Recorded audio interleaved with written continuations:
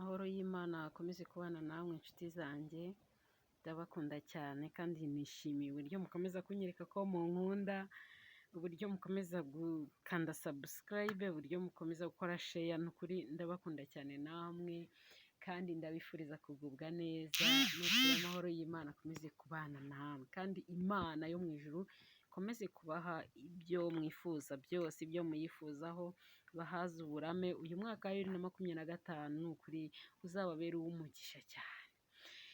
Nk'uko bisanzwe muracyari kumwe na Inkame Jeanne d'Arc.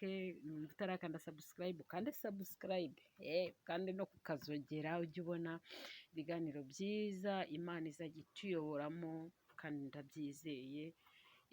Niko ijambo ry'Imana rivuga ngo musabe muzahabwa, mukomange muzakingurirwa.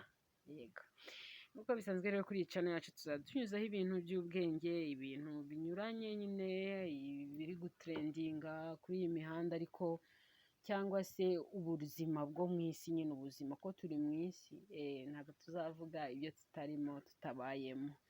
Murabona rero iyi foto iri kugaragaza ko ari abanyeshuri, nimba utari kubibona neza dore biranditseho, hashobora kuba ari abanyeshuri bo muri kaminuza, ariko mu by'ukuri urabona ko ari abanyeshuri bafite ibitabo n'amakaye bagiye kwiga.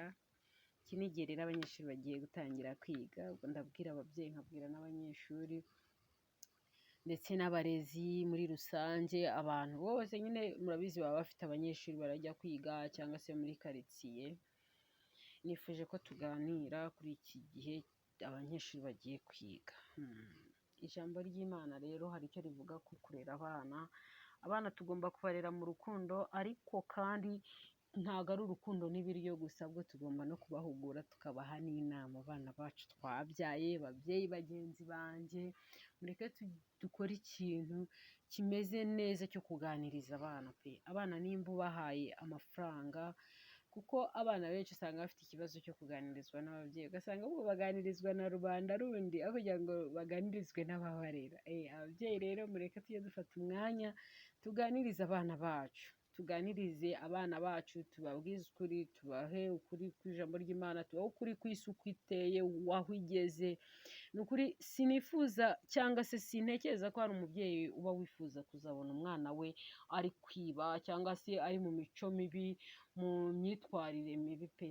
Kuko buriya iyo umwana utamuganirije hari igihe yumva iby'abandi akagira ngo nibyo bizima, kubera ko nta byo umubyeyi, kuko buriya abana bakunda ababyeyi babo cyane kandi bakanabizera. Niyo mpamvu usanga iyo umubyeyi yareze nabi umwana, rimwe na rimwe kugira ngo azagaruke biragora, ariko iyo wamureze neza n'iyo ahuye n'ibibi aravuga ati ariko ko byagenda kose umubyeyi wanjye ibi bintu hari icyo yambwiye kuri ibi bintu. Rero babyeyi ni ukuri tuganirize abana bacu. Hari ijambo ry'Imana riba muri Bibiliya mu migani, murabizi imigani ni yanditswe n'umugabo witwaga Salomo. Salomo yari umunyabwenge cyane, niwe munyabwenge wabayeho. Imana yaramwirahiriye ivuga ko mu bami bose bazaho cyangwa babayeho ntawe uzagira ubwenge nk'ubwe ndetse n'ubutunzi. Ni umuntu wagize kwicisha bugufi imbere y'Imana cyane, Imana irangije imuha ubutunzi, aha n'impano y'ubwenge. Yanditse rero imigani, murabizi imigani ni igitabo cy'ubwenge cyane. Yanditse mu ibice 22 umurongo waho wa 4, aravuga ngo uwicisha bugufi akubaha Uwiteka, ingororano ye ni ubukire n'icyubahiro n'ubugingo. Igice cya 6 aravuga ngo menyereza umwana inzira akwiriye kunyuramo, azarinda asaza atarayivamo. Menyereza umwana inzira akwiriye kunyuramo, azarinda asaza atarayivamo. Inshuti zanjye, iyo umenyereje, uzarebe n'inshuti yawe mu buzima busanzwe cyangwa undi muntu muhuye mu buzima busanzwe, ibyo umumenyereje akenshi nibyo atora, niko agenda. Noneho iyo bya bintu wamumenyereje agiye abibura, niho hahandi atangira kwibaza ati ese uyu muntu ko twamenyanye ameze gutya akaba atakimeze gutya, byagenze bite? Uyu rero yavuze ngo menyereza umwana inzira. Umwana inzira uzamumenyereza kunyuramo niyo nzira azagenderamo, niyo nzira azarinda asaza. Umwana numubwira uti kurwana ni bibi, gutukana ni bibi, ubutinganyi ni bubi, gusambana ni bibi, kwiba ni bibi, kwica ni bibi, gukunda igihugu ni byiza, gukunda Imana ni byiza, gukunda amateraniro ni byiza, gukunda abantu ni byiza, ukamutoza urukundo, ukamwereka ibyiza, ukanamwereka n'ibibi, ukamwereka ibyo akwiye kwanga n'ibyo agomba gukunda, ukamwereka ibyo akwiye gushyira imbere, ukamubwira uti mwana wanjye kunda umurimo, ugiye kwiga genda wige, nta kindi kikujyanye uretse kwiga, nutiga uzabaho nabi, ukamubwiza ukuri. Abana bacu tujye tubabwiza ukuri, uvuga uti mwana wanjye dore ugiye kwiga, ugiye ngujije amafaranga, ugiye ngujije minerivare, dore ugiye nta na minerivare ujyanye yuzuye, dore usize turi kurya ubusa, genda wige, umubwize ukuri, we kumupfunyikira amafaranga gusa, oya,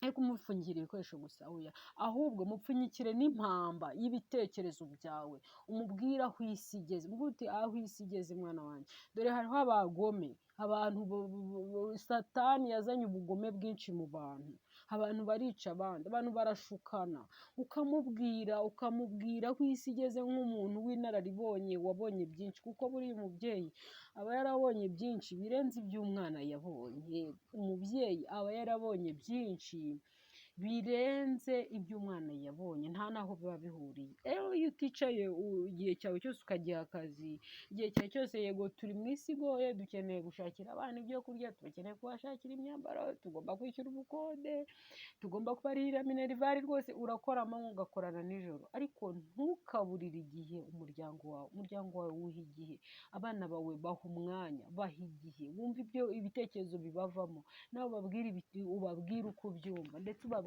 uko ubona, ubabwire aya ni amakosa, ibi ni byiza. Umwana wawe urebe birete ye, urebe uti aha yaratsinzwe, ese ibi yagize mangahe, we nawe mba yiga primaire, uvuga uti seti yagize mangahe, social yagize mangahe, nimba yiga muri segonderi naho ugenda urebamo, uvuga uti geography, histoire, biology, ahangaha yagize angahe, ye n'uvuga uti mwana wanjye ibi ko wabitsinzwe, ese byagenze bite, n'izihe mbogamizi uhura nazo, nimba hari aho ubona bimugora umufashe, nimba ubona hari aho bimukomerera, cyangwa se nanone hari abana babeshya baba bararangije kwandura imico mibi, birashoboka ko wajya no ku ishuri ukaganiriza ikigo, umwana ntakave ku ishuri amezi 3 yose utaramugeraho, utaravugana n'umuyobozi umuyobora, utaravugana n'umwarimu umwigisha, umenye uti umwana yitwara gute, ese uyu mwana ko mba namutumye kwiga, ubundi ariga cyangwa ntiyiga, ibyo ngibyo ukabimenya, kuko uti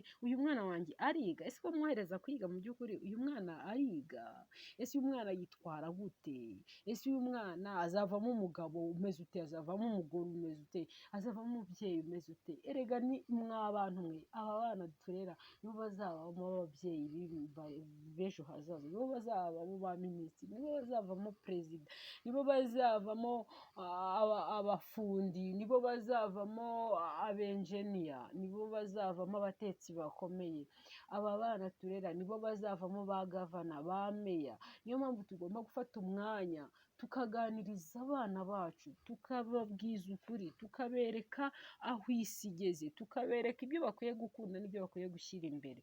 Niyo mpamvu uyu mwanditsi wa Bibiliya witwa Salomo yavuze ngo menyereza umwana inzira akwiriye kunyuramo, azarinda asaza atarayivamo. Inzira nuyimumenyereza uri umubyeyi, burya abana bubaha ababyeyi kandi bagaha agaciro ibyo ababyeyi bababwiye, ko byagenda kose ashobora kubyumva akaba yabica ku ruhande, ariko buriya aba yabyumvishe. Abana banyu rero cyangwa abana bacu ntukamubwire gusa ngo andika ngo ibikoresho ukeneye, ngo abyandike, ngo aguhe fagitire, ngo ubundi ngo umuhe amafaranga, hari n'abayashyira ku meza rega, akamushyira ku meza ati umwana yabonye amafaranga akeneye, oya, ntabwo ari uko bikwiye kugenda. Ababyeyi ahubwo ugomba kumanza kumuganiriza, ukamubwira uti mwana wanjye dore kubaho kwawe kw'ejo hazaza ntibimeze bitya, ni ukwigana ishuri, ukabona kumuha ayo mafaranga wamuganirije, kandi ukamwigisha kuba confident mu buzima bwe, ukamuha kuba responsible muri we,